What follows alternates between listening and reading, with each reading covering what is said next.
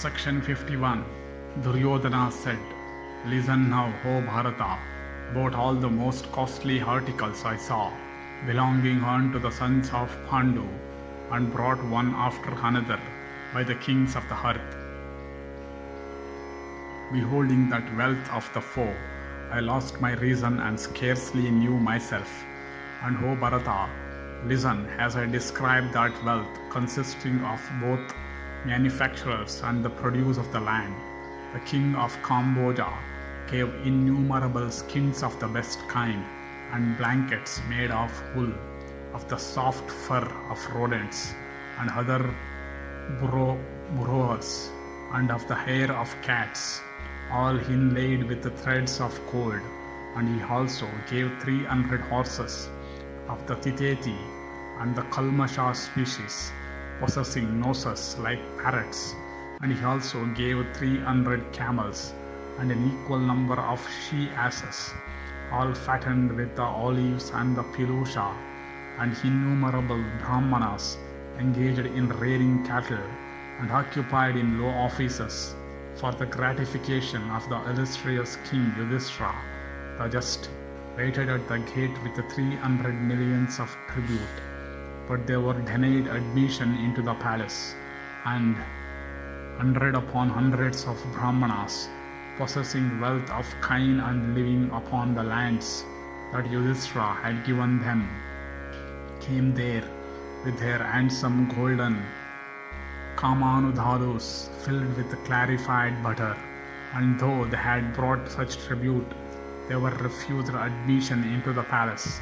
And the Sudra kings that dwelt in the regions on the sea coast brought with them, O king, 100,000s of serving girls of the Karpasika country, all of beautiful features and slender waist and luxuriant hair, and decked in golden ornaments, and also many skins of the Ranko deer, worthy even of Brahmanas, as tribute unto King Yudhishthira.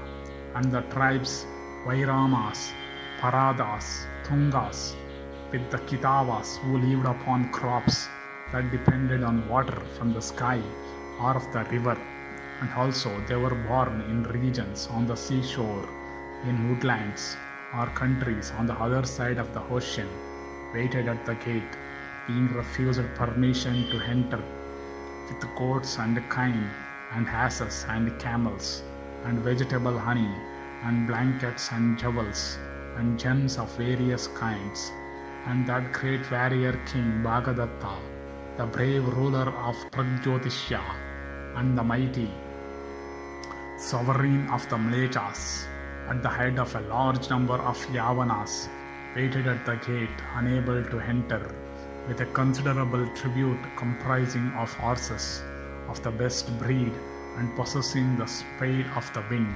And King Bhagadatta, beholding the concourse, had to go away from the gate, making over a number of swords with handles made of the purest ivory, and well adorned with diamonds, and every kind of gems. And many tribes coming from different regions, of whom some possessed 2 eyes, some 3, and some had eyes on their foreheads, and those also called Aushmikas, and Nishadas, and Romakas, some cannibals, and many possessing only 1 leg. I saw, O king, standing at the gate, being refused permission to enter. And these diverse rulers brought as tribute 10,000 asses of diverse hues, and black necks, and huge bodies, and great speed and much docility, and celebrated all over the world. And these asses were all of goodly size and delightful color, and they were all bred on the coast of Vanku. And there were many kings that gave unto Yudhishthira much gold and silver, and having given much tribute, they obtained admission into the palace of Yudhishthira. The people that came there, possessing only 1 leg, gave unto Yudhishthira many wild horses, some of which were as red as the cochineal, and some white, and some possessing the hoofs of the rainbow, and some looking like evening clouds. and some that were of variegated color, and they were all endued with the speed of the mind. And they also gave unto the king enough gold of superior quality. I also saw numberless chins and sakas and udras and many barbarous tribes living in the woods, and many Rishnis and Arahanhas and dusky tribes of the Himavat, and many Nipas and people residing in regions on the sea coast, waiting at the gate, being refused permission to enter. And the people of Valhika gave unto him as tribute 10,000 asses of goodly size and black necks, and daily running 200 miles. And those asses were of many shapes, and they were well trained and celebrated all over the world, and possessed of symmetrical proportion and excellent color. Their skins were pleasant to the touch. And the Valhikas also presented numerous blankets of woolen texture manufactured in Chin, and numerous skins of the Ranko deer, and clothes manufactured from jute, and others woven with the threads spun by insects. And they also gave thousands of other clothes not made of cotton, possessing the color of the lotus, and these were all of smooth texture.